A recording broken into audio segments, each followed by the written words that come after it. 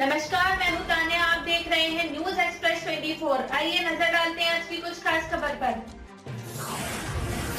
अयोध्या में 10,000 मंदिरों में राम जन्म महोत्सव। भगवान के श्रृंगार पूजन के बाद रामचरित मानस का पाठ शुरू। अयोध्या में आज से 10,000 मंदिरों में 9 दिवसीय राम जन्म महोत्सव शुरू हो गया है। अस्थायी मंदिरों में रामलला का इस बार अंतिम राम जन्म महोत्सव होगा। इस बीच राम मंदिर के ग्राउंड फ्लोर का भव्य निर्माण तेजी से चल रहा है, जिस पर बीम और छत लगाने की तैयारी है। मंदिरों में महोत्सव का आरंभ भगवान के भव्य अभिषेक, नूतन साज सज्जा के साथ रामचरित मानस का 9 दिवसीय पाठ के साथ हो रहा है। रामलला के दरबार के रामनवमी महोत्सव के पहले दिन बुधवार को भव्य फूलों से हरे रंग से सजाया गया। भगवान की आरती के बाद उनका पट भक्तों के दर्शन के लिए खुल गया है। गर्भगृह के चारों ओर फूल की भव्य सजावट कर हाथी, गणेश जी आदि के चित्र उकेरे गए हैं। इस मनमोहक छवि को निहार श्रद्धालु आनंदित हो रहे हैं। कनक भवन में भगवान श्री राम के ननिहाल की महिलाएं राम जन्म के दिन नृत्य बधाइयां गाएंगी। इस मंदिर में राम जन्मोत्सव का सर्वाधिक आकर्षण होता है और सबसे ज्यादा राम जन्म के बाद दर्शन के लिए श्रद्धालुओं की भीड़ होती है। महोत्सव में 5 कुंतल से ज्यादा देशी विदेशी फूल, इत्र, फल और मिठाइयों की खपत ज्यादा रहेगी। जिला प्रशासन और महंतों को इस बार भीड़ का अनुमान है। यह भीड़ रामनवमी के अंतिम 3 दिन 28 मार्च से 30 मार्च तक रहने के आसार है। महोत्सव में 500 कुंतल से ज्यादा देशी विदेशी फूल, इत्र, फल और मिठाइयों की खपत ज्यादा रहेगी। जिला प्रशासन और महंतों को इस बार ज्यादा भीड़ का अनुमान है। यह भीड़ रामनवमी के अंतिम 3 दिन 28 मार्च से 30 मार्च तक रहने के आसार है। मंडलायुक्त गौरव दयाल और डीएम नीतीश कुमार ने बैठक कर इसकी तैयारी की है। इस बार धार्मिक उत्सव के साथ इस महापर्व पर सांस्कृतिक और खेलकूद प्रतियोगिताओं का आयोजन सभी 9 दिन अलग अलग प्रकार से राम की पैड़ी और भजन संध्या स्थल पर किया गया है। श्री राम वल्लभा कुंज में मंदिर के महंत रामशंकर दास महाराज की राम कथा सत्संग हाल आज शाम 4 बजे से 7 बजे तक रोज होगी। प्रेम मूर्ति आचार्य प्रेम भूषण महाराज की राम कथा इसी समय रोज श्री राम वल्लभा कुंज के रामचरण मंदिर के मैदान में हो रही है।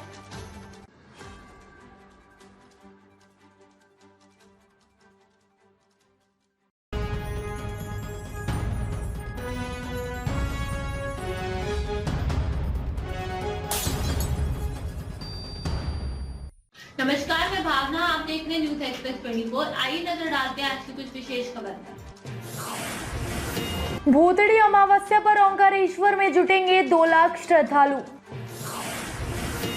नर्मदा स्नान से भूत प्रेत से छुटकारा और मोक्ष प्राप्ति का महत्व। रूट बदला, 500 सुरक्षा कर्मी तैनात। आज यानी मंगलवार को भूतड़ी अमावस्या है। मान्यता है कि शरीर में लगी बुरी आत्माओं को भगाने के लिए यह एक दिन तय किया गया है, इसलिए नर्मदा घाटों पर भूतों का मेला लगता है। माना जाता है कि इस दिन नर्मदा में डुबकी लगाने से प्रेत आत्माओं से छुटकारा मिलता है, वहीं मोक्ष की प्राप्ति होती है। आज के दिन लोग नर्मदा घाट पर उन ओझा बाबाओं के पास भी पहुंच रहे हैं, जो इन्हें बताएंगे कि भूत का साया है, फिर इसे उतारने का दावा करेंगे। वैसे तो आज तक भूत प्रेत आत्मा के अस्तित्व का प्रमाण नहीं है, लेकिन शास्त्रों में प्रेत का जिक्र जरूर है। इस बात का स्कंद पुराण में भी उल्लेख है। मध्य प्रदेश की तीर्थ नगरी ओंकारेश्वर, जहां 12 ज्योतिर्लिंग में से एक ओंकारेश्वर है। यह ज्योतिर्लिंग नर्मदा तट पर है, जहां से मां नर्मदा कल कल ध्वनि से बहती है। यहाँ भूतड़ी अमावस्या पर 2 लाख से ज्यादा लोग जुटेंगे। इतनी तादाद से समझ सकते हैं कि यहाँ भूतों का मेला लगता है। अंधविश्वास के व्यापार से जुड़े तांत्रिक बाबाओं की जगह जगह दुकानें सजती हैं। वे अपने ग्राहकों प्रेत आत्माओं से पीड़ित को गांव कस्बों से लेकर आते हैं। रात में प्रेत आत्माओं को भगाने की प्रक्रिया चलती है, लेकिन इनकी सुरक्षा को लेकर प्रशासन भी मुस्तैद रहता है। अकेले ओंकारेश्वर में खंडवा जिला प्रशासन से 500 से ज्यादा पुलिसकर्मी तैनात किए गए हैं। रक्षित निरीक्षक पुरुषोत्तम विश्नोई के अनुसार जिला बल के साथ अलीराजपुर, झाबुआ और इंदौर बटालियन से फोर्स बुलाया गया है। इनके अलावा 500 से ज्यादा नगर रक्षा समिति सदस्य और ग्राम कोटवारों की ड्यूटी भी लगाई गई है। ओंकारेश्वर के पहुंच मार्ग इंदौर इच्छापुर हाईवे पर स्थित मोर टक्का खेड़ी घाट पर भी लोग जुटेंगे। इसी वजह से इंदौर से खंडवा, बुरहानपुर आने जाने वाले भारी वाहनों के लिए रूट डाइवर्ट किया गया है।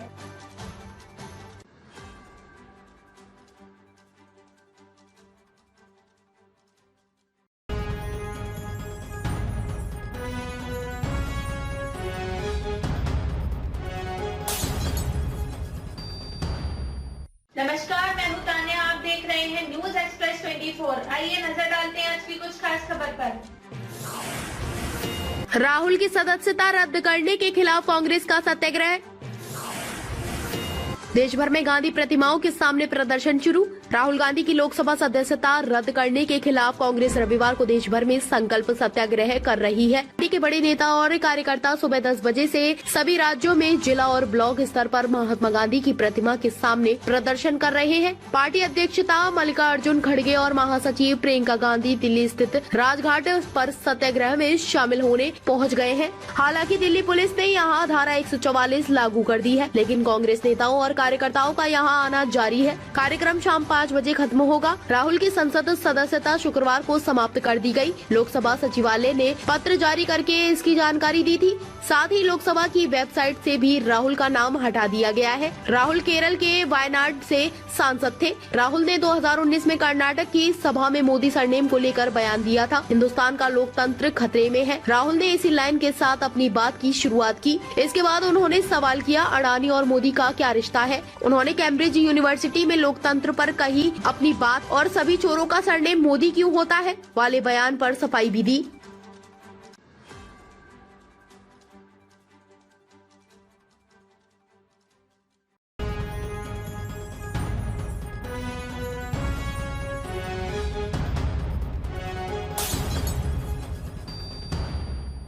नमस्कार, मैं भावना। आप देख रहे हैं न्यूज एक्सप्रेस 24। आइए नजर डालते हैं आज की कुछ विशेष खबर पर।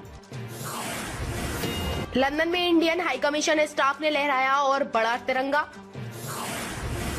खालिस्तानी समर्थक को दिया जवाब।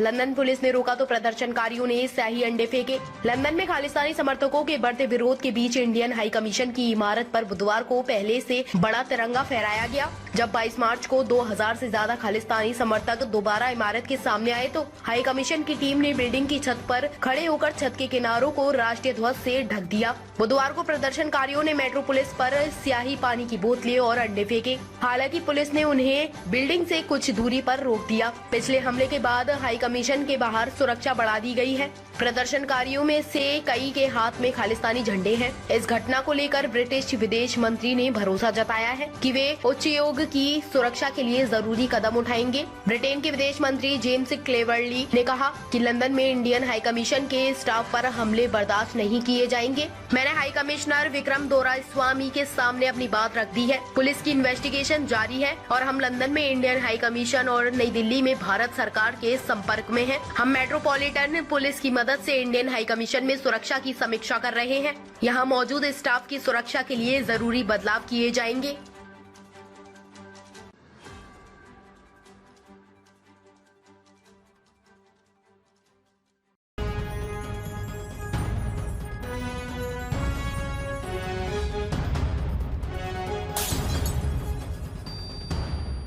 नमस्कार, मैं हूं तान्या। आप देख रहे हैं न्यूज एक्सप्रेस 24। आइए नजर डालते हैं आज की कुछ खास खबर पर। अमेरिका में टॉर्नेडो से 26 लोगों की मौत। गोल्फ बॉल जितने बड़े ओले पड़े। आज रात फिर तूफान आने की आशंका। अमेरिका के मिसिसिपी में शुक्रवार देर रात आए टॉर्नेडो की चपेट में आने से 26 लोगों की मौत हो गई। इलाके में तेज बारिश के बीच गोल्फ बॉल जितने बड़े ओले गिरे। हजारों लोगों के घरों की बिजली चली गई। शनिवार को इमरजेंसी सर्विसेज ने मलबे में फंसे लोगों को बाहर निकालने के लिए रेस्क्यू अभियान चलाया। हालांकि टॉर्नेडो से तबाह हुई इमारतों में अभी भी कई लोगों के दबे होने की आशंका है। अमेरिका के राष्ट्रपति जो बाइडेन ने अधिकारियों से बात करके जल्द से जल्द मदद पहुंचाने के आदेश दिए। इमरजेंसी सर्विसेज ने बताया है कि खतरनाक तूफान के चलते दर्जनों लोग घायल हुए हैं और कई लोग लापता हैं। मरने वालों की संख्या बढ़ सकती है। उधर आज यानी रविवार रात को यहाँ फिर तूफान आने की आशंका है, जिससे करीब 20 लाख लोग खतरे में हैं। बीबीसी की रिपोर्ट के मुताबिक टॉर्नेडो की रफ्तार इतनी तेज थी कि इसकी वजह से मची तबाही में फैला मलबा 30,000 फीट ऊपर तक उड़ा। टॉर्नेडो जमीन पर करीब 1 घंटे तक रहा। मिसिसिपी के मेयर टेट रिव्ज ने बताया कि प्रभावित इलाके में रेस्क्यू ऑपरेशन चलाया जा रहा है।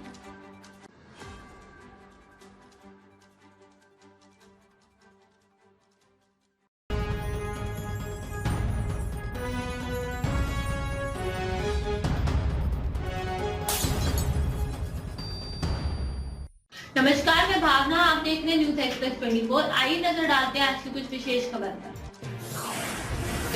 बीजेपी कार्यकर्ताओं पर कांग्रेसियों ने पत्थर अंडे फेंके। बीजेवाईएम जिला अध्यक्ष घायल भाजपाइयों ने कांग्रेस दफ्तर में कालिक फेंकी। दोनों पक्ष कर रहे एफआईआर की मांग। राहुल गांधी की संसद सदस्यता खत्म होने के बाद रायपुर में जमकर बवाल हुआ है। यहां बीजेपी कांग्रेस कार्यकर्ता पहले आपस में भिड़ गए। भाजपा कार्यालय पहुंचकर कांग्रेसी नेताओं ने हंगामा कर दिया। कांग्रेस कार्यकर्ताओं ने भाजपा कार्यालय के पोस्टर पर कालिक फेंकी। इसके बाद भाजपा कार्यकर्ता भी कांग्रेस दफ्तर के बाहर पहुंच गए। वहां भाजपा कार्यकर्ताओं ने भी कांग्रेस दफ्तर में कालिक फेंक दी, जिसके बाद हंगामा और बढ़ गया। फिर कांग्रेस कार्यकर्ताओं ने भाजपाइयों पर पथराव किया और उन पर अंडे भी फेंके। इस पर भाजपा कार्यकर्ताओं ने भी पत्थर फेंककर जवाब दिया। इस पथराव में बीजेपी युवा मोर्चा के जिला अध्यक्ष गोविंदा गुप्ता घायल हुए हैं। उन्हें इलाज के लिए अस्पताल भेजा गया है। इधर पुलिस दोनों ही दलों के कार्यकर्ताओं को संभालने में लगी रही। टर्निंग पॉइंट चौक से विधानसभा जाने वाले मार्ग पर जाम लग गया। पथराव के बाद टर्निंग पॉइंट चौक पर बीजेपी कार्यकर्ताओं ने चक्का जाम भी कर दिया। इस वजह से आम लोगों को आने जाने में परेशानी हुई। इसके पहले कांग्रेसी भाजपा कार्यालय के भीतर घुसने का प्रयास करने लगे थे। यह देखकर भारतीय जनता पार्टी के कार्यकर्ता भड़क गए। भाजपा कार्यकर्ता भी झंडा लेकर सड़क पर आ गया और राहुल गांधी के खिलाफ नारेबाजी करने लगे। भाजपा और कांग्रेस के कार्यकर्ता करीब आधे घंटे तक एक दूसरे के साथ धक्का मुक्की करते रहे। बवाल बढ़ता गया। मौके पर पुलिस भी मौजूद नहीं थी। पास के थाने के 1-2 कर्मचारी पहुंचे। इसके बाद हंगामा बढ़ता देख एक बस भरकर फोर्स के जवान बुलाए गए।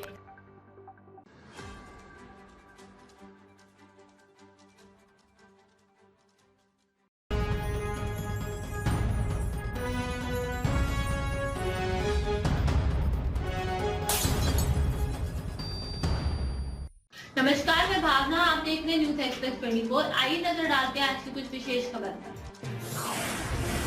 हिमाचल में दुनिया का सबसे ऊंचा क्रिकेट स्टेडियम बनेगा।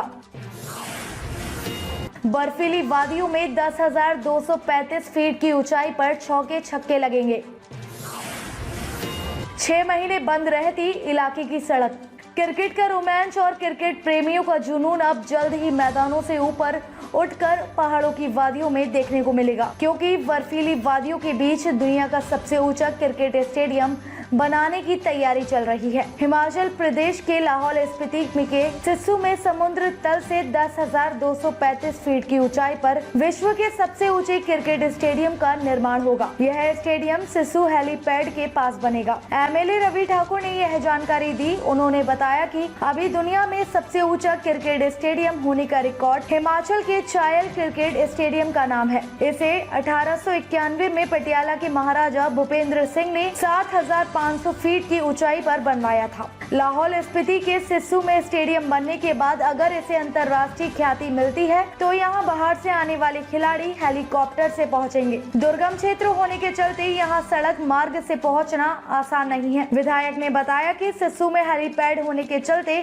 खिलाड़ी हेलीकॉप्टर से यहाँ तक आसानी से पहुँच जाएंगे, लेकिन 6 माह तक बर्फ की कैद में रहने वाले इस क्षेत्र में मैच करवाना भी किसी चुनौती से कम नहीं है। हिमाचल प्रदेश सुक्खू सरकार के ग्रीन हिमाचल विजन के तहत लाहौल स्पीति के जिला मुख्यालय केलांग से मनाली तक नेशनल हाईवे पर ग्रीन कॉरिडोर भी बनाया जाएगा। लाहौल स्पीति के विकास के लिए बजट का प्रावधान किया है।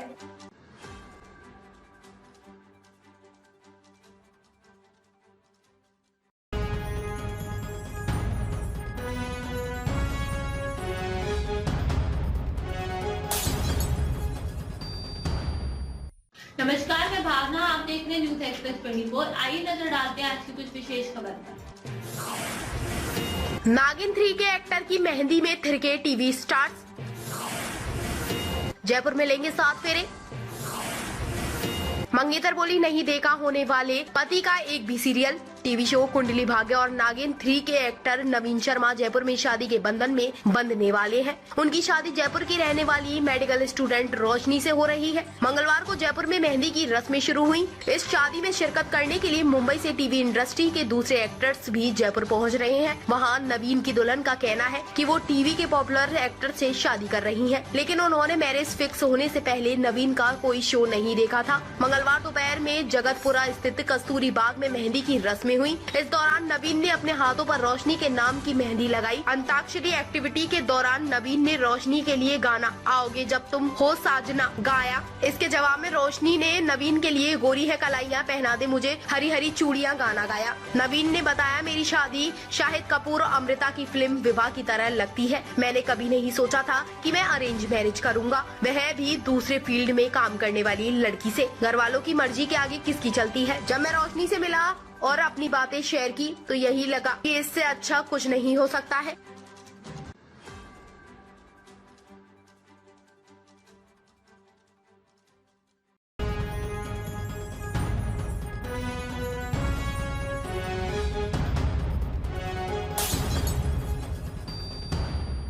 नमस्कार, मैं हूं तान्या, आप देख रहे हैं न्यूज एक्सप्रेस 24। आइए नजर डालते हैं आज की कुछ खास खबर पर।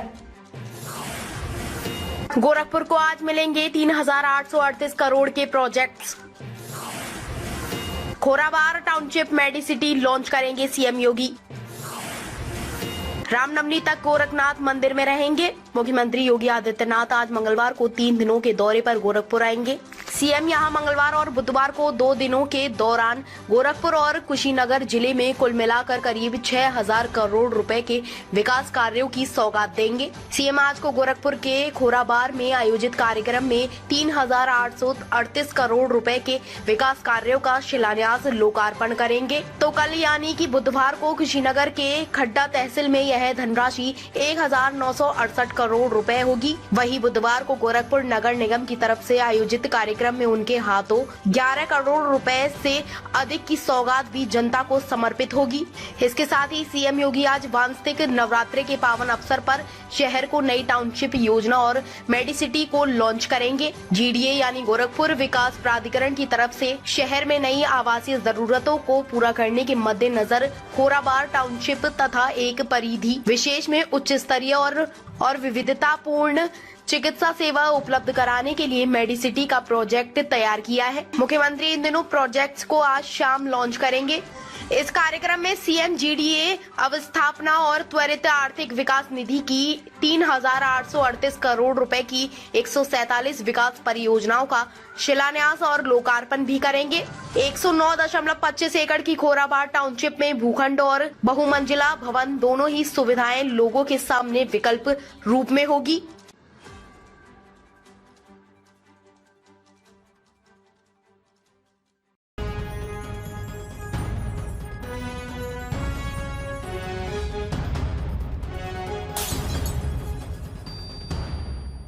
नमस्कार, मैं भावना, आप देख रहे हैं न्यूज एक्सप्रेस 24। आइए नजर डालते हैं आज की कुछ विशेष खबर पर। 2024 से पहले ओबीसी प्लस सॉफ्ट हिंदुत्व पर नजर। अखिलेश का लोकसभा चुनाव में कांग्रेस के बिना उतरने का राष्ट्रीय प्लान। 5 पॉइंट में समझे मिशन 50। लोकसभा चुनाव 2024 के लिए सपा के राष्ट्रीय अध्यक्ष अखिलेश यादव ने ओबीसी और सॉफ्ट हिंदुत्व का दामन थामा है। कोलकाता के राष्ट्रीय कार्यकारिणी में यूपी की 80 लोकसभा सीट में 50 जीतने का लक्ष्य रखा गया है। इस चुनाव में अखिलेश कांग्रेस के बिना ही राष्ट्रीय राजनीति में खुद को स्थापित करने की तैयारी में है। 18 और 19 मार्च को आयोजित 2 दिवसीय राष्ट्रीय कार्यकारिणी बैठक में अखिलेश यादव ने उत्तर प्रदेश की 80 लोकसभा सीट को लेकर मंथन किया। पार्टी सूत्रों के मुताबिक बीते 20 साल में जिन लोकसभा सीटों को सपा ने पहले जीता था, उन्हीं सीट को दोबारा जीतने का टारगेट रखा गया है। जातियों में अखिलेश ने ओबीसी की पॉलिटिक्स कर रहे हैं। अखिलेश यादव कोलकाता में राष्ट्रीय कार्यकारिणी की बैठक के बाद कालीबाड़ी के मंदिर गए। इस्कॉन मंदिर में कृष्ण भगवान की पूजा की। इसकी तस्वीरें सपा मीडिया सेल से जारी हुई। ये संकेत था सॉफ्ट हिंदुत्व की तरफ बढ़ते अखिलेश के कदमों का। बीजेपी अखिलेश समेत दूसरे नेताओं को चुनाव के समय ही मंदिर जाने को लेकर घेरती आई है। जातीय जनगणना कराए जाने की मांग अखिलेश कर रहे हैं। यूपी में 52% ओबीसी वोट बैंक है। ओबीसी बसपा से छिटकने के बाद बीजेपी की तरफ ट्रांसफर हुआ। 2017 के चुनाव से पहले कई ओबीसी के बड़े नेता सपा से टूटकर बीजेपी में शामिल हुए। लोकसभा चुनाव में ओबीसी फैक्टर का प्रमाण उत्तर प्रदेश में सबसे पहले भाजपा ने दिखाया। बीते 2 बार लोकसभा और 2 विधानसभा के चुनाव परिणाम में ओबीसी वोट बैंक की भूमिका के साथ अखिलेश यादव यह समझ चुके हैं कि non Yadav OBC vote bank के साथ लेकर चलने से ही भाजपा को टक्कर दी जा सकती है। लगातार जातीय जनगणना कराए जाने और आरक्षण को लेकर अखिलेश यादव भाजपा सरकार पर हमला बोलते हुए देखे जा रहे हैं। मैनपुरी लोकसभा सीट में जिस चुनाव प्रबंधन के साथ सपा में चुनाव लड़ा था, उसी तरीके से सभी जिलों में और लोकसभा में टीम गठन किए जाने का लक्ष्य अप्रैल अंतिम तक निर्धारित किया गया है। सपा के पार्टी के सूत्र बताते हैं कि जिले की सभी कार्यकारिणी और समाजवादी पार्टी के सभी विंग अप्रैल की आखिरी तक गठन किए जाने का निर्णय हो चुका है। पार्टी मैनपुरी फॉर्मूला के आधार पर लोकसभा की 50 सीटों पर चुनाव लड़ने की तैयारी में है।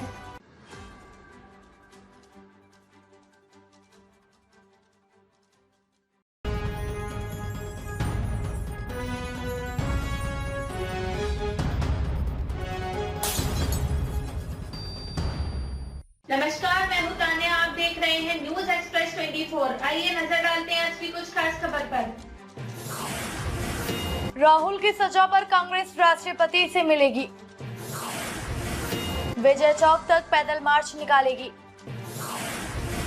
सीबीआई ईडी के इस्तेमाल पर 14 विपक्षी दल सुप्रीम कोर्ट पहुंचे। संसद के बजट सत्र के दूसरे चरण का शुक्रवार को 9वां दिन है। राहुल गांधी की लंदन में दिए गए बयान पर भाजपा संसद में उनकी माफी की मांग कर रही है। भाजपा का कहना है कि राहुल की संसद सदस्यता रद्द कर दी जाए। इस मुद्दे पर लोकसभा में आज फिर हंगामा हुआ। विपक्षी दलों ने शुक्रवार सुबह राहुल के मुद्दे पर बैठक की। साथ ही उन्होंने अडानी मामले पर जेपीसी जांच की मांग को लेकर चर्चा की। इधर कांग्रेस ने राष्ट्रपति से मिलने के लिए समय मांगा है। कांग्रेस शुक्रवार सुबह 11:30 से 12 बजे के बीच विजय चौक तक पैदल मार्च निकालेगी। कांग्रेस अध्यक्ष मल्लिकार्जुन खड़गे शाम 5 बजे हाई लेवल मीटिंग करेंगे। इसमें सभी राज्यों के अध्यक्ष और बड़े नेता मौजूद रहेंगे। इसके अलावा 14 विपक्षी दल शुक्रवार को सुप्रीम कोर्ट पहुंचे। इन दलों का आरोप है कि केंद्र सरकार सीबीआई, ईडी जैसी केंद्रीय जांच एजेंसियों का इस्तेमाल कर विपक्ष के नेताओं को टारगेट कर रही है। राहुल गांधी को गुरुवार को सूरत की कोर्ट ने 2 साल जेल की सजा सुनाई है। सजा मानहीन के केस में सुनाई गई है। 2019 में राहुल गांधी ने कर्नाटक की रैली में कहा था कि सभी चोरों का सरनेम मोदी क्यों होता है। सजा सुनाए जाने के बाद सवाल उठ रहा है कि क्या राहुल की संसद सदस्यता चली जाएगी।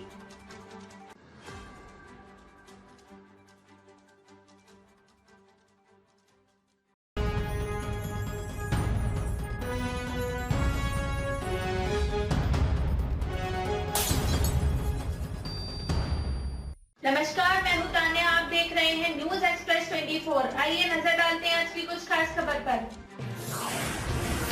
ब्रिटेन में खालिस्तान समर्थकों ने भारतीय हाई कमीशन से उतारा तिरंगा। भारत ने वहां उससे बड़ा तिरंगा लहराया। दिल्ली में ब्रिटिश हाई कमिश्नर तलब। खालिस्तान समर्थक अमृतपाल सिंह के खिलाफ कार्रवाई के विरोध में लंदन में भारतीय हाई कमीशन में तोड़फोड़ की गई। रविवार शाम को सैकड़ों की संख्या में खालिस्तान समर्थक हाई कमीशन के बाहर जमा हुए, बिल्डिंग में घुसे और तिरंगा उतार दिया। भारत ने इस पर सख्त ऐतराज जताया और दिल्ली में ब्रिटिश हाई कमान कमिश्नर को तलब किया। विदेश मंत्रालय के विरोध के बाद हाई कमीशन पर अब पहले से ज्यादा बड़ा तिरंगा लगाया गया है। इससे पहले हाई कमीशन पहुंचे खालिस्तान समर्थकों के हाथ में खालिस्तानी झंडा और अमृतपाल सिंह के पोस्टर थे। पोस्टर पर लिखा, फ्री अमृतपाल सिंह, अमृतपाल सिंह को आजाद करो, वी वांट जस्टिस, हमें न्याय चाहिए और we stand with Amritpal Singh, हम अमृतपाल के साथ हैं। एक शख्स को खालिस्तान जिंदाबाद कहते हुए भी सुना गया। भारत के विदेश मंत्रालय ने पूरे मामले पर सख्त आपत्ति जताई है। मंत्रालय ने कहा, हाई कमीशन के बाहर पर्याप्त सुरक्षा क्यों नहीं लगाई गई? सिक्योरिटी की कमी के चलते ही खालिस्तान अंदर घुस पाए। ब्रिटेन में भारतीय डिप्लोमेट्स और एम्बेसी की सुरक्षा को लेकर ब्रिटिश सरकार की उदासीनता बर्दाश्त नहीं की जा सकती है। यह सीधे तौर पर वियना कन्वेंशन के नियमों का उल्लंघन है। हमें उम्मीद है कि इस पर तुरंत एक्शन लेते हुए आरोपियों को गिरफ्तार किया जाएगा।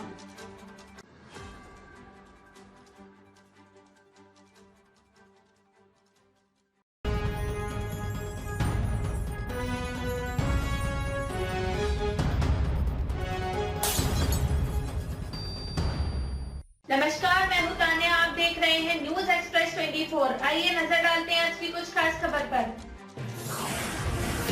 हिमाचल में कोरोना के 193 एक्टिव केस। पिछले 24 घंटे में 58 नए संक्रमित मिले। सोलन में सबसे ज्यादा 48 मरीज। दूसरे नंबर पर मंडी शहर। हिमाचल प्रदेश में कोरोना का खतरा बढ़ता जा रहा है। बीते 24 घंटों में प्रदेश में कोरोना के 58 नए मामले पॉजिटिव केस मिले हैं। हालांकि 37 मरीज ठीक भी हुए हैं, लेकिन इससे प्रदेश में एक्टिव कोरोना केसों का आंकड़ा 193 के पास पहुंच गया है। हफ्ते के भीतर ही प्रदेश में कोरोना के नए मामलों में भारी उछाल दर्ज किया गया है। 14 मार्च को प्रदेश में कोरोना के 100 सक्रिय मरीज थे। 21 मार्च होते होते यह 193 हो गए। लेकिन राहत की बात यह है कि इस संक्रमण से 24 घंटे में किसी व्यक्ति की जान नहीं गई है। 31 जनवरी को हिमाचल पूरी तरह से कोरोना मुक्त हो चुका था। करीब 2 महीने के भीतर हिमाचल में कोरोना संक्रमण ने एकदम से रफ्तार पकड़ी। सोलन के बाद अब मंडी में कोरोना संक्रमण के मामले बढ़ने लगे हैं। स्वास्थ्य विभाग द्वारा जारी बुलेटिन के अनुसार बीते 24 घंटों में मंडी में कोरोना के सबसे ज्यादा 21 नए मरीज मिले हैं।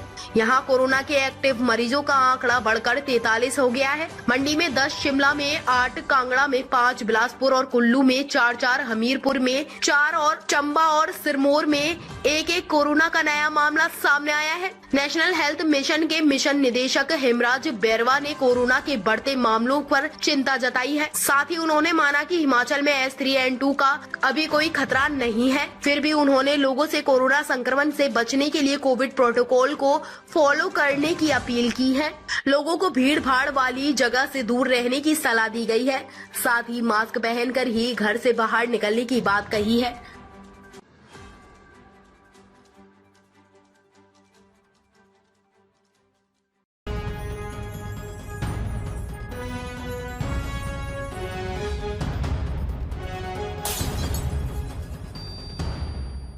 नमस्कार, मैं भावना, आप देख रहे हैं न्यूज एक्सप्रेस 24। आइए नजर डालते हैं आज की कुछ विशेष खबर पर।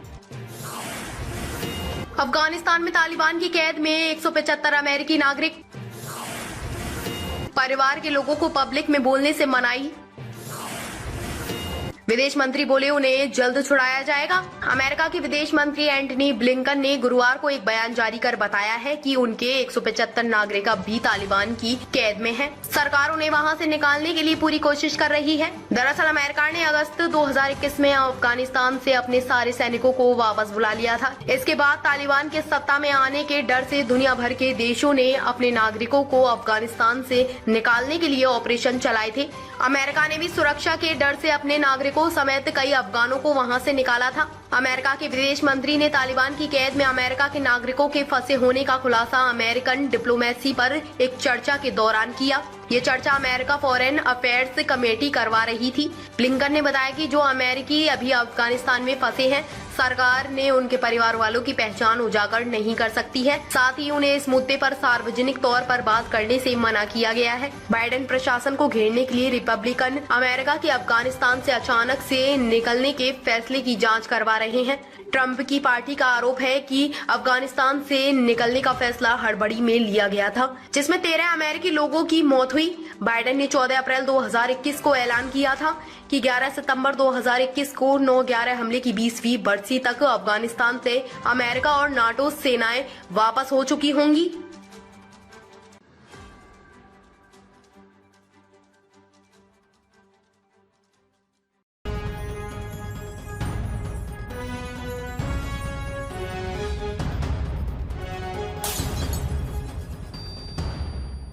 नमस्कार, मैं भावना, आप देख रहे हैं न्यूज एक्सप्रेस 24। आइए नजर डालते हैं आज की कुछ विशेष खबर पर। 106 हस्तियों को पद्म पुरस्कार। पटवानी गायिका उषा पीएम के सामने घुटनों के बल बैठी। हीराबाई ने राष्ट्रपति के कंधे पर हाथ रखा। नई दिल्ली स्थित राष्ट्रपति भवन में राष्ट्रपति द्रौपदी मुर्मू ने बुधवार को 106 लोगों को पद्म पुरस्कार से सम्मानित किया। राष्ट्रपति ने पहला सम्मान आर्किटेक्ट बालकृष्ण दोषी को दिया। उनकी बेटी ने पिता को मिला पद्म विभूषण सम्मान ग्रहण किया। इसके बाद बिजनेसमैन कुमार मंगलम बिरला को व्यापार और उद्योग क्षेत्र में योगदान के लिए पद्म भूषण से सम्मानित किया गया। बिरला परिवार में पद्म पुरस्कार पाने वाले कुमार मंगलम चौथे व्यक्ति बन गए हैं। इससे पहले उनकी मां राजश्री बिरला को पद्म भूषण, दादा बसंत कुमार बिरला को पद्म भूषण और उनके परदादा घनश्याम दास बिरला को पद्म विभूषण पुरस्कार से सम्मानित किया गया था। पंडवानी गायिका उषा को पद्मश्री से नवाजा गया। उन्होंने सम्मान लेने से पहले प्रधानमंत्री नरेंद्र मोदी को प्रणाम किया। इसके बाद उन्होंने राष्ट्रपति के पैर छूकर सम्मान ग्रहण किया। कार्यक्रम में प्रधानमंत्री नरेंद्र मोदी के अलावा केंद्रीय गृह मंत्री अमित शाह, विदेश मंत्री एस जयशंकर, लोकसभा स्पीकर ओम बिरला, केंद्रीय मंत्री भूपेंद्र सिंह यादव सहित कई लोग मौजूद रहे। पद्म पुरस्कार पाने वाले 106 लोगों में 19 महिलाएं भी हैं। 6 लोगों को पद्म विभूषण, 9 को पद्म भूषण और 91 को पद्मश्री दिया गया है। इन पुरस्कारों के नामों का ऐलान 25 जनवरी को किया गया था।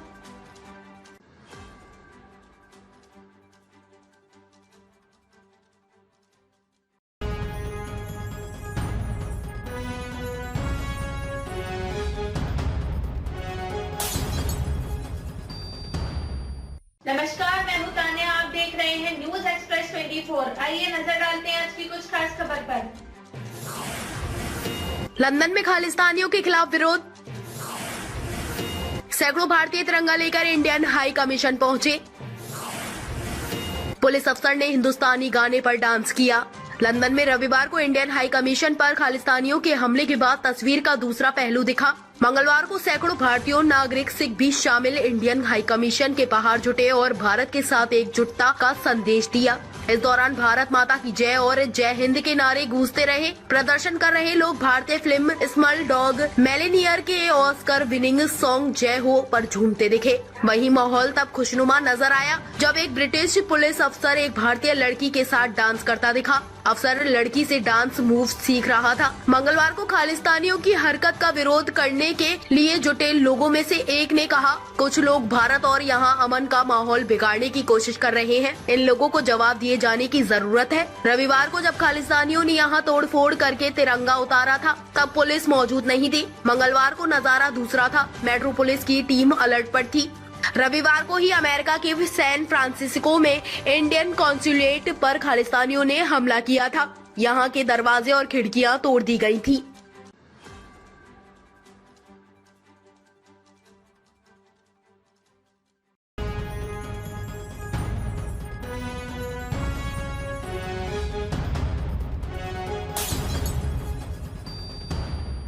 नमस्कार, मैं हूं तान्या, आप देख रहे हैं न्यूज एक्सप्रेस 24। आइए नजर डालते हैं आज की कुछ खास खबर पर। पीएम मोदी के खिलाफ पोस्टर लगाने पर 100 एफआईआर दर्ज। आम आदमी पार्टी के ऑफिस से निकली वैन में भी मिले पोस्टर, 6 गिरफ्तार। दिल्ली में प्रधानमंत्री नरेंद्र मोदी के खिलाफ पोस्टर लगाने के मामले में पुलिस ने 100 एफआईआर दर्ज की है। सभी केस प्रिंटिंग प्रेस एक्ट और प्रॉपर्टी डिफेसमेंट एक्ट के तहत दर्ज किए गए हैं। वहीं आम आदमी पार्टी आपके ऑफिस से निकलते हुए एक वैन से भी पोस्टर जब्त किए गए। इस केस में 6 लोगों को गिरफ्तार किया गया है। पुलिस के मुताबिक दिल्ली के कुछ हिस्सों में मोदी हटाओ देश बचाओ नारों वाले पोस्टर लगे थे। इन पोस्टरों में प्रिंटिंग प्रेस का ब्यौरा नहीं था। आईपी स्टेट थाने के एक कांस्टेबल ने पप्पू मेहता नाम के एक शख्स को पोस्टर लगाते हुए पकड़ा था। पप्पू के पास 38 बंडल पोस्टर मिले थे। रिपोर्ट्स के मुताबिक ऐसा ही एक मामला 2 साल पहले भी सामने आया था, जब दिल्ली में कोविड वैक्सीनेशन ड्राइव के दौरान मोदी की आलोचना करने वाले पोस्टर लगाए गए थे। तब दिल्ली पुलिस ने 30 लोगों को गिरफ्तार किया था। वहीं 25 एफआईआर दर्ज की गई थी। न्यूज एजेंसी एएनआई के मुताबिक special commissioner of police Dipendra Pathak ने बताया, दो प्रिंटिंग प्रेस फर्म को ऐसे 50-50 हजार पोस्टर बनाने का ऑर्डर मिला था। कंपनियों से जुड़े कर्मचारियों ने रविवार देर रात से सोमवार सुबह तक इनमें से कई पोस्टर शहर के अलग अलग इलाकों में लगाए। पुलिस ने प्रिंटिंग प्रेस का नाम प्रकाशित न करने के आरोप में मालिकों को गिरफ्तार किया है। दिल्ली पुलिस ने बताया कि 17 मार्च को पोस्टर छापने का ऑर्डर मिला था। उसके बाद ये पोस्टर 19 मार्च की रात अलग अलग लोगों को चिपकाने के लिए दिए गए थे। पोस्टर चिपकाने का काम 20 मार्च की सुबह तक चला।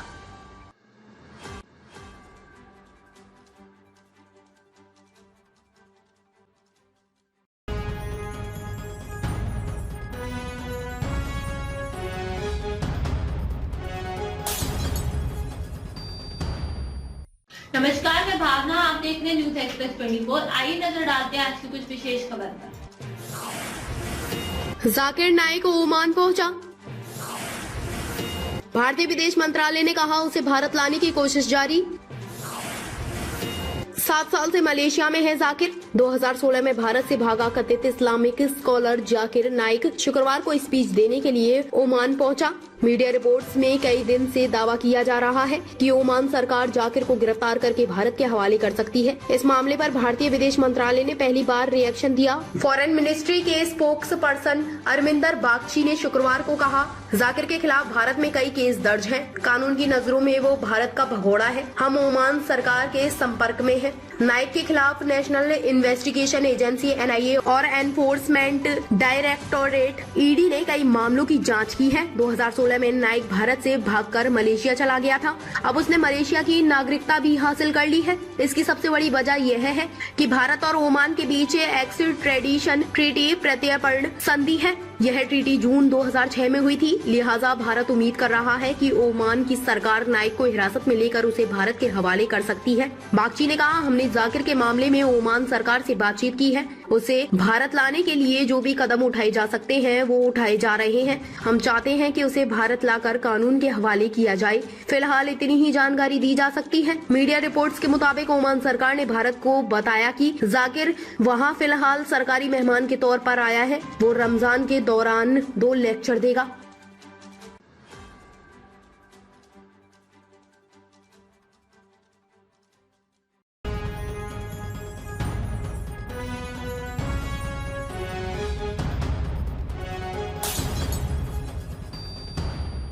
नमस्कार, मैं हूं तान्या। आप देख रहे हैं न्यूज एक्सप्रेस 24। आइए नजर डालते हैं आज की कुछ खास खबर पर।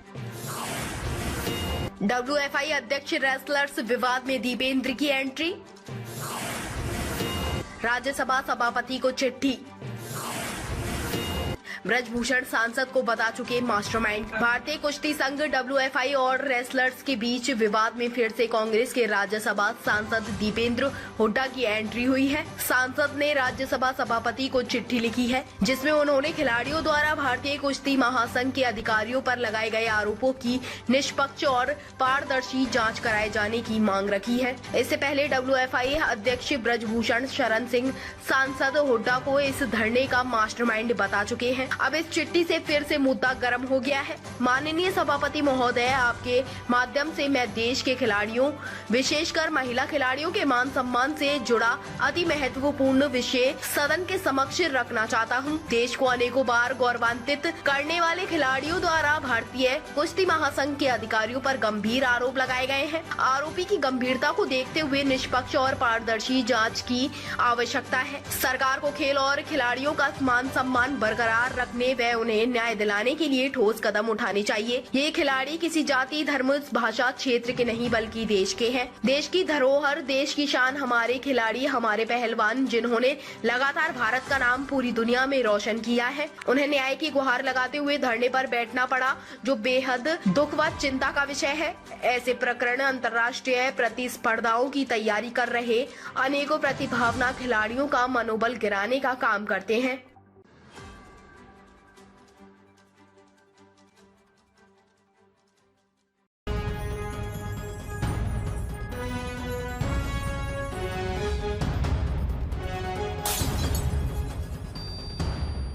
नमस्कार, मैं हूं तान्या। आप देख रहे हैं न्यूज एक्सप्रेस 24। आइए नजर डालते हैं आज की कुछ खास खबर पर।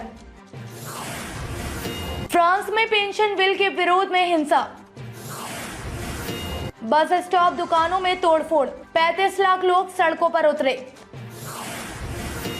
मैक्रो बोले, बिल देश हित में। फ्रांस में पेंशन रिफॉर्म बिल के खिलाफ गुरुवार को अलग अलग शहरों में 200 से ज्यादा प्रदर्शन हुए। करीब 35 लाख लोग मैक्रो सरकार के फैसले के खिलाफ सड़कों पर उतरे। राजधानी पेरिस में करीब 8 लाख लोगों ने मार्च निकाला। देर रात कई प्रदर्शनकारियों की पुलिस से झड़प भी हुई। बॉर्डो शहर में गुस्साए लोगों ने सिटी हॉल के मेन गेट पर आग लगा दी। यूनियन की तरफ से प्रदर्शन कर रहे लोगों के हाथ में झंडे, पोस्टर और बैनर थे। इस पर पेंशन बिल और मैक्रो विरोधी नारे लिखे हुए थे। रिटायरमेंट उम्र 62 से बढ़ाकर 64 करने के विरोध में चल रहे प्रदर्शन के दौरान ज्यादातर शहरों में स्कूल और कॉलेज बंद रहे। कुछ शहरों में प्रदर्शन कर रहे लोगों ने बस स्टॉप, होर्डिंग, दुकान की खिड़कियों और न्यूज़पेपर स्टॉल्स पर तोड़फोड़ भी की। इस दौरान पुलिस ने उन्हें रोकने के लिए आंसू गैस का इस्तेमाल किया। फ्रांस के गृह मंत्री गैलार्ड डारमेनी ने बताया कि झड़प में करीब 120 पुलिसकर्मी घायल हुए। वहीं प्रदर्शनकारियों में से करीब 100 लोगों को हिरासत में लिया गया। इससे पहले 22 मार्च को दिए गए एक इंटरव्यू में राष्ट्रपति इमैनुअल मैक्रो ने कहा था, मुझे इस बिल का कोई अफसोस नहीं है, हम देश हित के लिए जरूरी हैं। प्रधानमंत्री एलिजाबेथ बॉर्न अपने एक पद से इस्तीफा नहीं देगी। मुझे सिर्फ एक बात का दुख है कि मैं फ्रांस के लोगों को इस बिल की जरूरत नहीं समझा पाया। कोरोना के बाद देश में महंगाई बढ़ गई है, इसी वजह से हमें इस बिल की जरूरत है।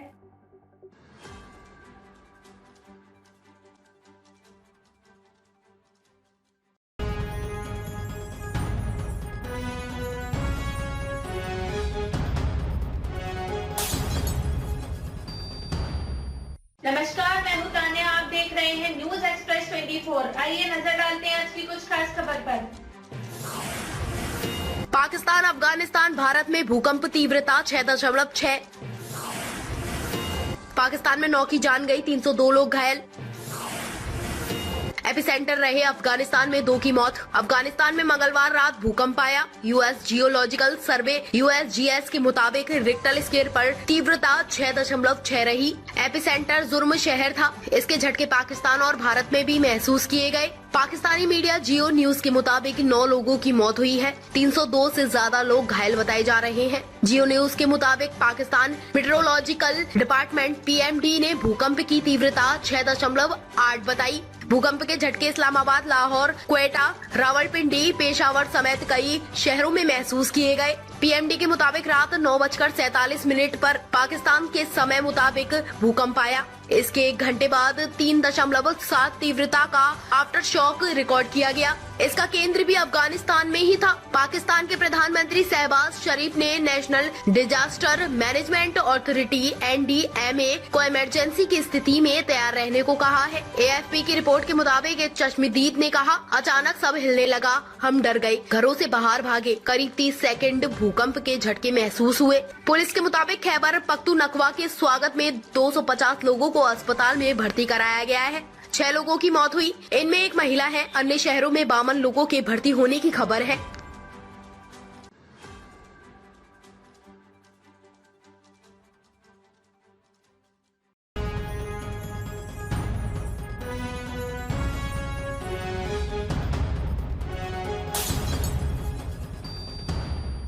नमस्कार, मैं हूं तान्या, आप देख रहे हैं न्यूज एक्सप्रेस 24। आइए नजर डालते हैं आज की कुछ खास खबर पर।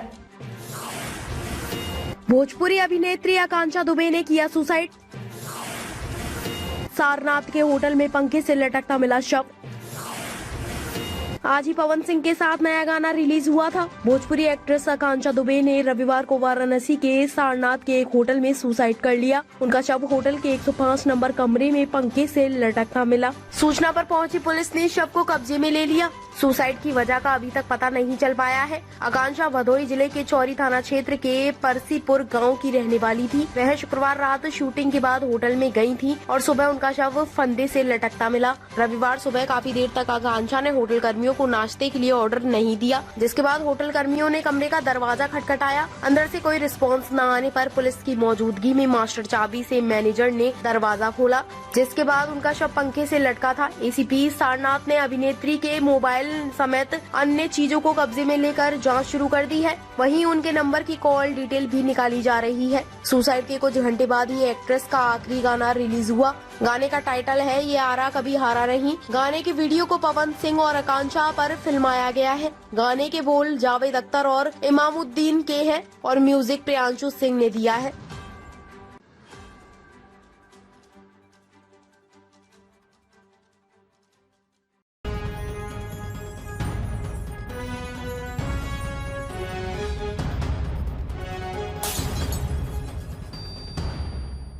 नमस्कार, मैं भावना, आप देख रहे हैं न्यूज एक्सप्रेस 24। आइए नजर डालते हैं आज की कुछ विशेष खबर पर। फ्रांस में रिटायरमेंट एज बढ़ाने वाला बिल अब कानून बना। मैक्रो सरकार ने दोनों अविश्वास मत जीते।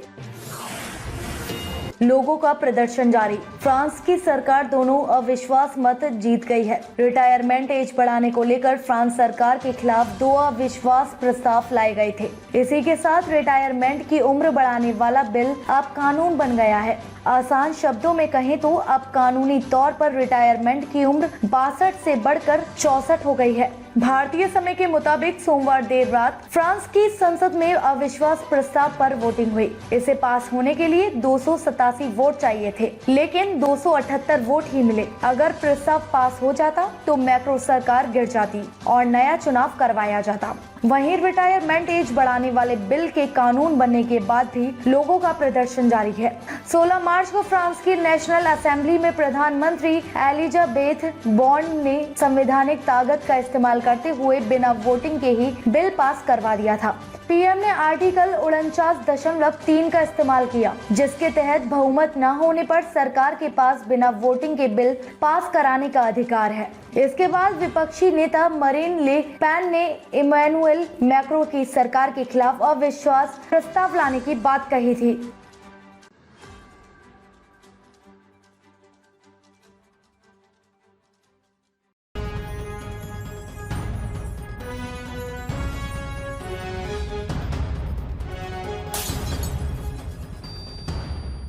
नमस्कार, मैं हूं तान्या। आप देख रहे हैं न्यूज एक्सप्रेस 24। आइए नजर डालते हैं आज की कुछ खास खबर पर। आज बस्तर आएंगे केंद्रीय गृह मंत्री अमित शाह। कोबरा बटालियन के कैंप में गुजारेंगे रात। 25 मार्च को सीआरपीएफ के स्थापना दिवस कार्यक्रम में होंगे शामिल। केंद्रीय गृह मंत्री अमित शाह आज छत्तीसगढ़ के बस्तर दौरे पर रहेंगे। शाम 5 बजे एयरफोर्स के विमान से जगदलपुर एयरपोर्ट पहुंचेंगे। यहां से हेलीकॉप्टर के माध्यम से करणपुर के कोबरा 201/204 बटालियन के कैंप जाएंगे, जहां असफर और जवानों से मुलाकात करेंगे। इसी कैंप में रात गुजारेंगे। 25 मार्च की सुबह 8 बजे से 10:30 तक सीआरपीएफ के 84वें स्थापना दिवस कार्यक्रम में शामिल होंगे, जिसके बाद नागपुर के लिए रवाना होंगे। बताया जा रहा है कि कार्यक्रम में जवान परेड करेंगे, डॉग शो होगा। इसके तहत कई और कार्यक्रम आयोजित होंगे। अमित शाह सीआरपीएफ की फोटो प्रदर्शनी का भी अवलोकन करेंगे। गृह मंत्री के 2 दिन के दौरे को लेकर फोर्स भी अलर्ट है। कैंप के आसपास के इलाकों में करीब 5000 से ज्यादा जवानों की तैनाती की गई है। जवान लगातार इलाके में सर्चिंग अभियान चला रहे हैं। बाहरी लोग यदि गाँव में प्रवेश कर रहे हैं तो उनसे भी पूछताछ की जा रही है। आने जाने वाली वाहनों की तलाशी ली जा रही है।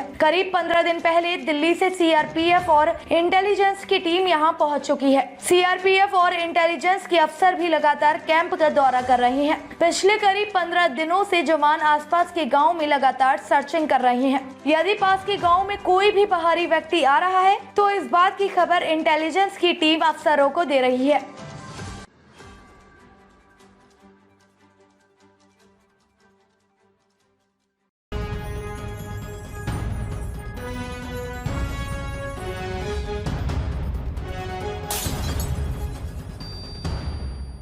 नमस्कार, मैं भावना। आप देख रहे हैं न्यूज एक्सप्रेस 24। आइए नजर डालते हैं आज की कुछ विशेष खबर पर। मायावती के भतीजे आकाश की शादी। डॉक्टर प्रज्ञा के साथ लिए फेरे, फूलों से बनाया गया हाथी। 29 मार्च को नोएडा में रिसेप्शन। बीएसपी सुप्रीमो मायावती के भतीजे आकाश आनंद शादी के बंधन में बंध गए। रविवार रात गुरुग्राम के A. कन्वेंशन में आयोजित समारोह में उन्होंने डॉक्टर प्रज्ञा के साथ फेरे लिए। कार्यक्रम में मायावती भी शामिल हुई। उन्होंने वरवधू को आशीर्वाद दिया। कार्यक्रम स्थल पर फूलों से हाथी का स्टैचू बनाया गया था। 29 मार्च को नोएडा में आकाश और प्रज्ञा का रिसेप्शन होगा।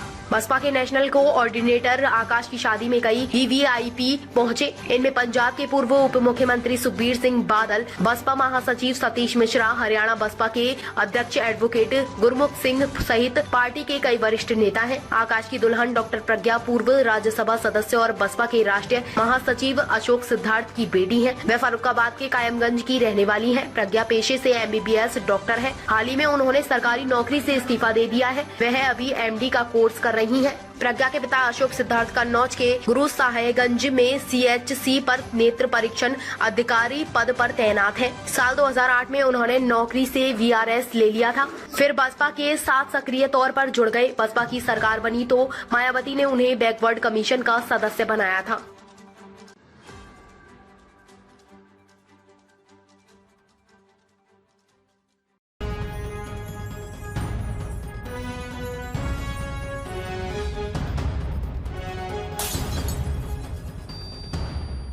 नमस्कार, मैं हूं तान्या। आप देख रहे हैं न्यूज एक्सप्रेस 24। आइए नजर डालते हैं आज की कुछ खास खबर पर।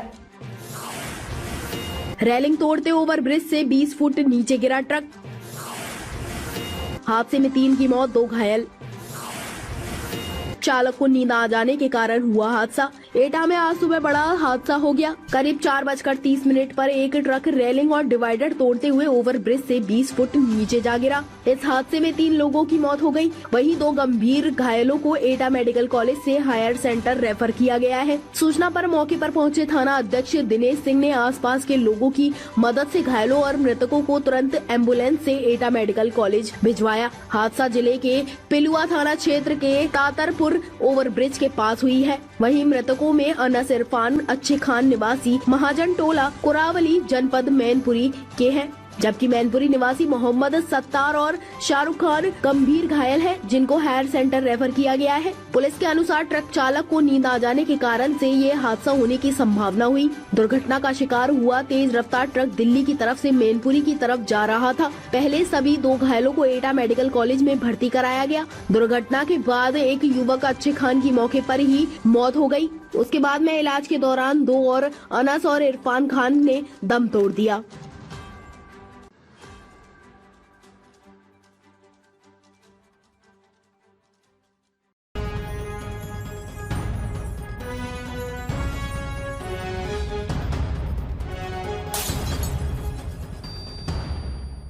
नमस्कार, मैं भावना, आप देख रहे हैं न्यूज एक्सप्रेस 24। आइए नजर डालते हैं आज की कुछ विशेष खबर पर। नेतन्याहू ने बागी रक्षा मंत्री को किया बर्खास्त। सुप्रीम कोर्ट की ताकत घटाने विरोध करने पर लिया एक्शन।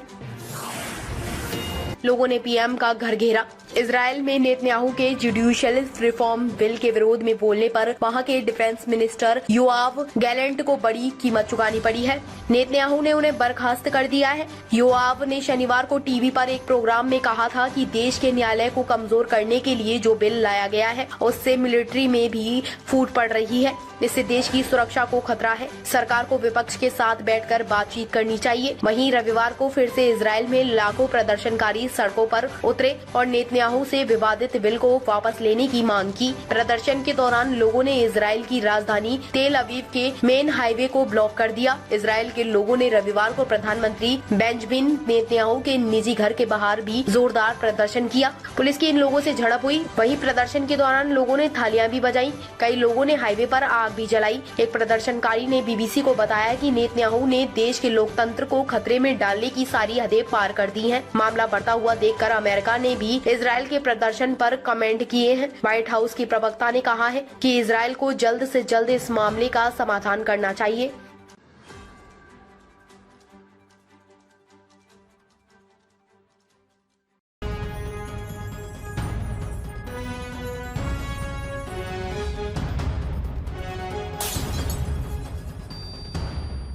नमस्कार, मैं हूं तान्या, आप देख रहे हैं न्यूज एक्सप्रेस 24। आइए नजर डालते हैं आज की कुछ खास खबर पर। जापान के प्रधानमंत्री फूमियो किशिदा का भारत दौरा। आज पीएम मोदी से मुलाकात करेंगे। इंडो पैसिफिक चीन की हरकतों पर होगी चर्चा। जापान के प्रधानमंत्री फूमियो किशिदा 2 दिन के भारत दौरे पर नई दिल्ली पहुंच गए हैं। इस दौरान वे प्रधानमंत्री नरेंद्र मोदी के साथ मुलाकात करेंगे। दोनों लीडर्स के बीच इंडो पैसिफिक रीजन और चीन की बढ़ती सैन्य गतिविधियों पर बातचीत होगी। इस दौरान मई में हिरोशिमा में होने वाली G7 समिट और सितंबर में दिल्ली में होने वाली G20 समिट रूस यूक्रेन जंग पर भी चर्चा होगी। इसके अलावा defence, trade, investment, science and technology, health के मुद्दे पर भी बातचीत होगी। इस साल जापान G7 और भारत G20 की अध्यक्षता कर रहा है। जापानी प्रधानमंत्री की यात्रा से दोनों देशों को G20 और G7 के बीच सहयोग लाने का मौका मिलेगा। दोनों लीडर्स से इस बारे में चर्चा कर सकते हैं कि कैसे food and health security, energy transition और इकोनॉमिक सिक्योरिटी पर G20 और G7 देश एक साथ काम कर सकते हैं।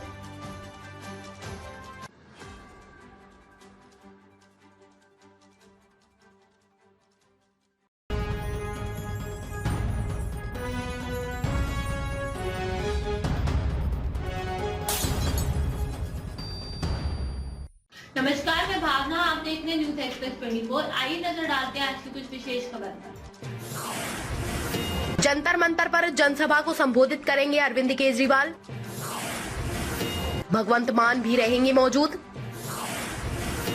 मोदी हटाओ देश बचाओ का नारा लगाया जाएगा। दिल्ली के सीएम अरविंद केजरीवाल, पंजाब सीएम भगवंत मान गुरुवार को दिल्ली के जंतर मंतर पर जनसभा को संबोधित करेंगे। ये जनसभा दिल्ली में पीएम मोदी के खिलाफ पोस्टर लगाने के बाद हुई कार्रवाई के चलते हो रही है। दिल्ली सरकार में मंत्री और आप नेता गोपाल राय के मुताबिक इस सभा में पार्टी के सभी विधायक, सांसद और पदाधिकारी मौजूद रहेंगे।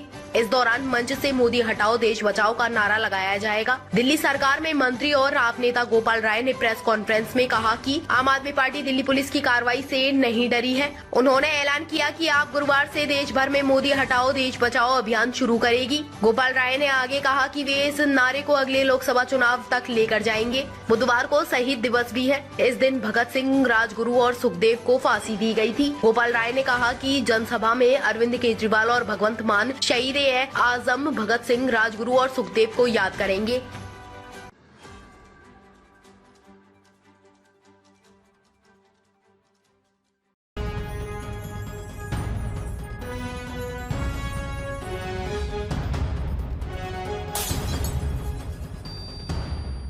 नमस्कार, मैं हूं तान्या। आप देख रहे हैं न्यूज एक्सप्रेस 24। आइए नजर डालते हैं आज की कुछ खास खबर पर। पुतिन से मिलने आज मॉस्को पहुंचेंगे जिनपिंग। दोनों लीडर्स के बीच रणनीतिक साझेदारी पर होगी चर्चा। चीनी राष्ट्रपति जंग रुकवाने की कोशिश करेंगे। चीन के राष्ट्रपति शी जिनपिंग 2 दिवसीय दौरे पर आज मॉस्को पहुंचेंगे। यहां वो रूसी राष्ट्रपति व्लादिमीर पुतिन से मुलाकात करेंगे। रूस यूक्रेन जंग शुरू होने के बाद जिनपिंग पहली बार मॉस्को जा रहे हैं। दोनों लीडर्स की नजदीकियां कई मतभेदों के बावजूद गहरी है।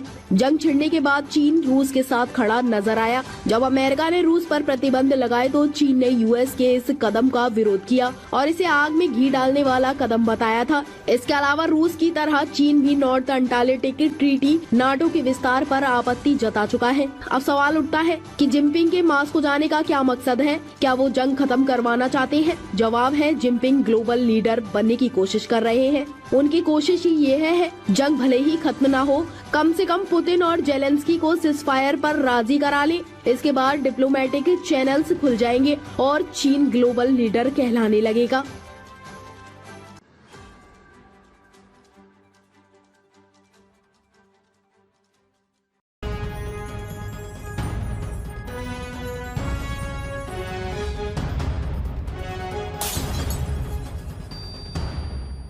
नमस्कार, मैं भावना। आप देख रहे हैं न्यूज एक्सप्रेस 24। आइए नजर डालते हैं आज की कुछ विशेष खबर पर।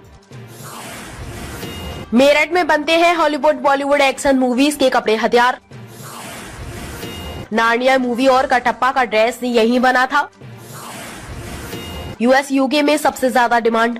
हॉलीवुड की king of Narnia, Kings of God, battle of nation जैसी मूवी आपने देखी ही होंगी। युद्ध के मैदान में सिपाहियों की वेशभूषा आपको उसी कालखंड में लेकर जाती है, मगर ये संभव होता है यूपी के मेरठ में रहने वाले कलाकारों की बदौलत, क्योंकि हिस्टोरिकल फिल्मों की ये वेशभूषा और हथियार यही तैयार होते हैं। मेरठ की पहचान स्पोर्ट्स सिटी के तौर पर है, मगर यहाँ ड्रामा ड्रेस भी तैयार होती है, जिनकी डिमांड हॉलीवुड, बॉलीवुड और दक्षिण भारत की फिल्मों में रहती है। मेरठ के लिसाड़ी गांव में रामकुमार वर्मा 2013 से आर्मर ड्रेसर को बनाकर तैयार कर रहे हैं। आज 20 से अधिक देशों में उनकी फैक्ट्री से बने आर्मर ड्रेस सप्लाई होते हैं। रामकुमार कहते हैं कि एक्शन मूवीज, इतिहास, आजादी की लड़ाई पर बनने वाली फिल्म, नाटक, डॉक्यूमेंट्री, ड्रामा में इन ड्रेसों की जरूरत होती है।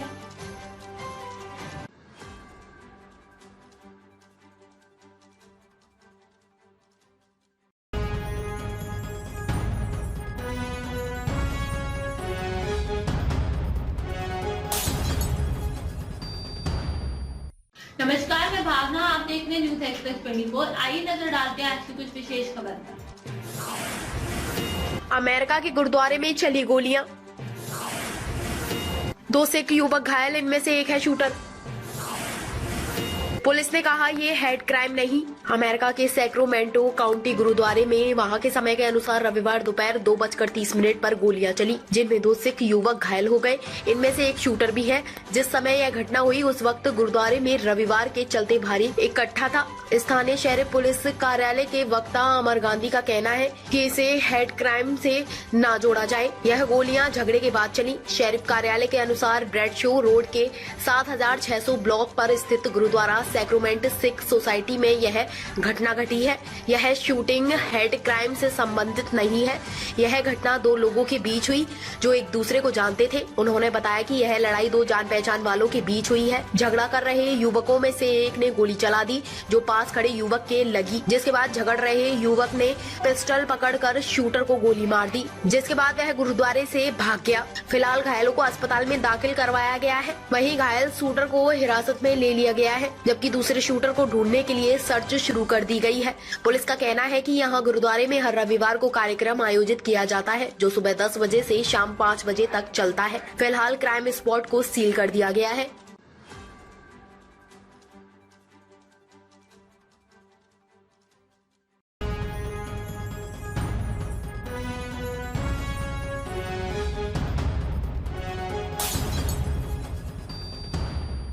नमस्कार, मैं हूं तान्या। आप देख रहे हैं न्यूज एक्सप्रेस 24। आइए नजर डालते हैं आज की कुछ खास खबर पर। इजरायली पीएम को अब सुप्रीम कोर्ट भी नहीं हटा सकेगा। नेतन्याहू के खिलाफ करप्शन केस में फैसले से पहले बिल पास। विपक्ष बोला तानाशाही। इजराइल में गुरुवार को सरकार ने एक नया बिल पास किया। इसके तहत अब सुप्रीम कोर्ट भी प्रधानमंत्री को पद से नहीं हटा सकेगा। प्रधानमंत्री के फिजिकली या मेंटली अनफिट होने पर सिर्फ सरकार ही उन्हें अयोग्य घोषित करके अस्थायी तौर पर हटा सकती है। इसके लिए भी 3/4 सांसदों का समर्थन जरूरी होगा। इसके अलावा देश के प्रधानमंत्री संसद को जानकारी देकर खुद इस्तीफा दे सकते हैं। इसके लिए उन्हें 2/3 सांसदों के समर्थन की जरूरत होगी। इजराइल की संसद में लंबी बहस के बाद ये बिल 61-47 वोटों के अंतर से पारित हुआ। विपक्षी पार्टियों ने आरोप लगाया कि ये कानून पीएम बेंजामिन नेतन्याहू को बचाने के लिए बनाया गया है। दरअसल नेतन्याहू के ऊपर 3 करप्शन केस चल रहे हैं। इनमें रिश्वत लेने, अपने खास लोगों से महंगे तोहफे लेने और मीडिया कंपनियों से सरकार के पक्ष में खबरें दिखाने की डील करने के आरोप हैं। इसके अलावा इजराइल में जुडिशियल रिफॉर्म को लेकर भी नेतन्याहू सरकार संकट में है। जुडिशियल रिफॉर्म बिल के तहत संसद को एससी के फैसलों को पलटने का अधिकार मिल जाएगा। इसे लेकर देश भर में प्रदर्शन हो रहे हैं। 2020 के एग्रीमेंट के तहत नेतन्याहू खुद इस बिल से जुड़े कामों में इन्वॉल्व नहीं हो सकते हैं। इस बिल के खिलाफ हो रहे विरोध प्रदर्शन को देखते हुए फरवरी में अटॉर्नी जनरल बहराव मियारा ने नेतन्याहू को पद से हटाने के संकेत दिए थे।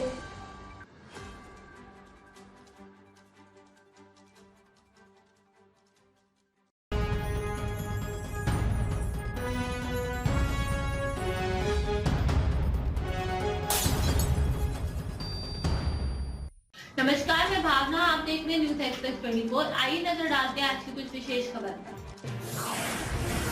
मानहानि केस में राहुल गांधी दोषी करार। संसद सदस्यता जा सकती है। कर्नाटक रैली में कहा था सभी चोर का सरनेम मोदी क्यों, सभी चोरों का सरनेम मोदी क्यों होता है वाले बयान से जुड़े मानहानि केस में राहुल गांधी को सूरत कोर्ट ने दोषी करार दिया है। सजा का ऐलान कब होगा अभी यह साफ नहीं है। उन पर पिछले 4 साल से मानहानि का मामला चल रहा है। इससे पहले कोर्ट ने 17 मार्च को इस मामले में सभी दलीलें सुनने के बाद फैसला सुरक्षित रखा था। राहुल कोर्ट में मौजूद है। राहुल को आईपीसी की धारा 500 के तहत दोषी करार दिया गया है। इसमें 2 साल की सजा का प्रावधान है। राहुल के वकील ने कोर्ट से कहा है इस पूरी घटना में कोई घायल नहीं हुआ, इससे किसी को कोई नुकसान नहीं पहुंचा है, इसलिए हम किसी प्रकार की दया की याचना नहीं करते हैं। 2019 के लोकसभा चुनाव से पहले कर्नाटक के कोलार में एक रैली के दौरान राहुल ने अपने भाषण में कहा था कि चोरों का सरनेम मोदी है।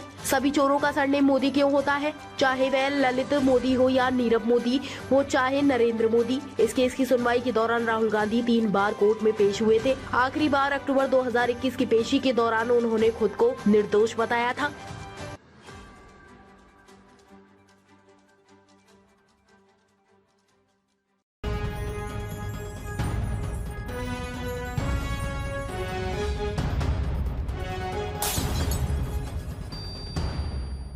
नमस्कार, मैं भावना। आप देख रहे हैं न्यूज एक्सप्रेस 24। आइए नजर डालते हैं आज की कुछ विशेष खबर पर।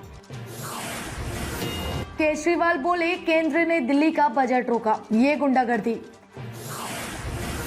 पीएम को चिट्ठी लिखकर कहा आप दिल्ली के लोगों से नाराज क्यों हैं, प्लीज इसे मत रोकिए। दिल्ली में इस मंगलवार को बजट पेश होना था, लेकिन आखिरी समय में इस पर गृह मंत्रालय ने रोक लगा दी। मीडिया रिपोर्ट्स के मुताबिक मंत्रालय ने दिल्ली सरकार से विज्ञापन समेत 3 मुद्दों पर जवाब मांगा है। दिल्ली के सीएम अरविंद केजरीवाल ने इस पर प्रधानमंत्री नरेंद्र मोदी को चिट्ठी लिखी है। उन्होंने कहा, प्रधानमंत्री जी, दिल्ली के लोगों से आप क्यों नाराज हैं? कृपया बजट मत रोकिए। इससे पहले आम आदमी पार्टी ने सोमवार शाम एक वीडियो ट्वीट किया, जिसमें केजरीवाल ने दावा किया कि केंद्र ने विधानसभा में पेश होने वाले दिल्ली सरकार के बजट पर रोक लगा दी है। केजरीवाल ने कहा कि देश के इतिहास में ऐसा पहली बार हुआ है जब दिल्ली में बजट पेश होने से एक दिन पहले केंद्र ने इस पर रोक लगा दी है। ये सीधे तौर पर गुंडागर्दी है। केजरीवाल के बयान पर दिल्ली के लेफ्टिनेंट गवर्नर एलजी ऑफिस ने स्टेटमेंट जारी किया, जिसमें बताया गया कि एलजीवी के सक्सेना ने बजट पास कर कुछ नोट्स जोड़कर उन्हें 9 मार्च को दिल्ली सरकार के पास भेज दिया था।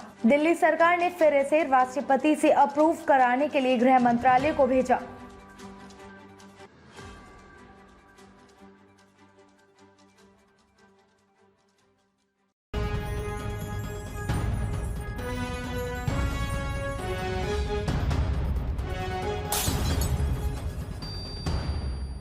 नमस्कार, मैं भावना, आप देख रहे हैं न्यूज एक्सप्रेस 24। आइए नजर डालते हैं आज की कुछ विशेष खबर पर। माहिरा खान को भारी पड़ी पठान की तारीफ। पाकिस्तानी सांसद अफनाना उल्लाह बोले, इन्हें मानसिक बीमारी है।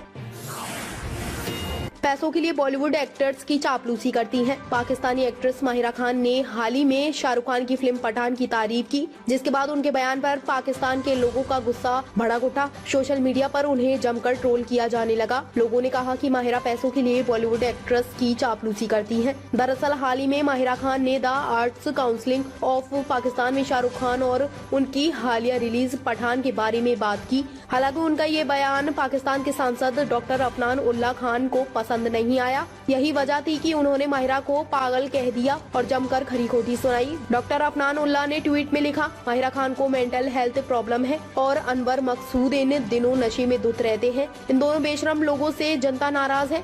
माहिरा खान के किरदार पर किताबें लिखी जा सकती हैं, वो तो पैसे के लिए भारतीय एक्ट्रेस की चापलूसी करती हैं।